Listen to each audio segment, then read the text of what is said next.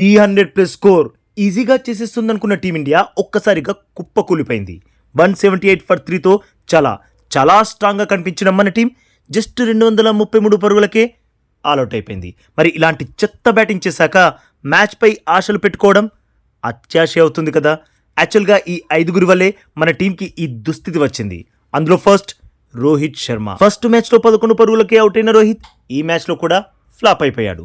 1కి 2 సార్లు జీవనదానాలు వచ్చినా వాటిని ఉపయోగించుకోలేకపోయాడు. యాక్చువల్గా క్రీజ్లో చాలా ఇబ్బంది పడ్డాడు. ఒక్కో పరుగు సాధించడానికి చెమటోడ్చాడు. జనరల్గా రోహిత్ క్రీజ్లో ఉంటే పరుగుల వరద పారిస్తాడు, కానీ తన న్యాచురల్ గేమ్కి భిన్నంగా కనిపించాడు. 47 బంతుల్లో జస్ట్ 26 పరుగులే సాధించాడంటేనే అర్థం చేసుకోండి రోహిత్ క్రీజ్లో ఎంత ఇబ్బంది పడ్డాడో అని. ఇక ఈ స్లో ఇన్నింగ్స్ వల్ల రోహిత్ సోషల్ మీడియాలో చాలా విమర్శలు ఎదుర్కొన్నాడు. ఇలా ఆడితే వరల్డ్ కప్ వరకు టీంలో ఉండడం కష్టం భయ్యా అని, ఇలానే ఆడితే అతి త్వరలో జైస్వాల్ మీ స్థానాన్ని తన్నుకుపోతాడు అని ట్రోల్ చేస్తున్నారు. మరి రోహిత్ చివరి మ్యాచ్లో అయినా సత్తా చాటుతాడో లేదో చూడాలి. ఇక next Ishan Kishan. KL Rahul health issue వల్ల ప్లేయింగ్ 11లో స్థానం దక్కించుకున్న ఇషాన్ చెత్త షాట్ ఆడి ఈజీ క్యాచ్ ఇచ్చి పెవిలియన్ దారి పట్టాడు. 8 బంతుల్లో కేవలం ఒకే ఒక్క రన్ చేసి అవుట్ అయిపోయాడు. Next Washington Sundar. లాస్ట్ మ్యాచ్లో హాఫ్ సెంచరీ సాధించి టీమిండియా విజయంలో కీలక పాత్ర పోషించిన వాషి ఈ మ్యాచ్లో జస్ట్ 2 పరుగులకే అవుట్ అయిపోయాడు. మరి సూర్యగ్రహణానికో చంద్రగ్రహణానికో ఒక మ్యాచ్ విన్నింగ్ పర్ఫార్మెన్స్ ఇచ్చే ఇలాంటి ప్లేయర్ని సంవత్సరాంతం ప్లేయింగ్ 11లో ఉంచడం కరెక్టేనా అన్నది టీమిండియా పునరాలోచించుకోవాలి. ఆ తర్వాత అక్షర్ పటేల్. లాస్ట్ మ్యాచ్లో player of the match award దక్కించుకున్న ప్లేయర్. బ్యాట్తో 57 పరుగులు, బంతితో 4 వికెట్స్ కూల్చి సత్తా చాటిన ప్లేయర్.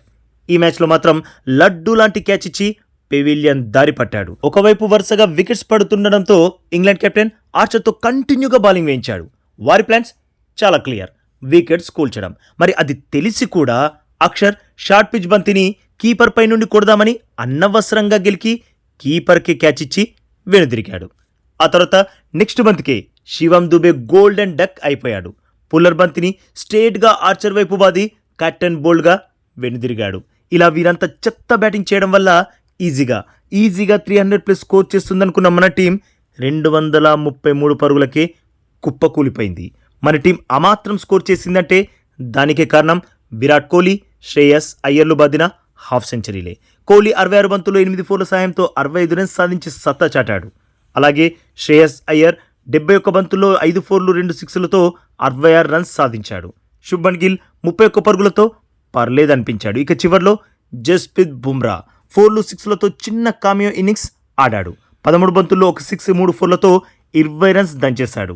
మరి బుమ్రా చేసింది కూడా ఆఫ్ ది ఆర్డర్లో ఉన్న ఆ టాప్ 5 బ్యాటర్స్ ఎందుకు చెయ్యలేకపోయారు?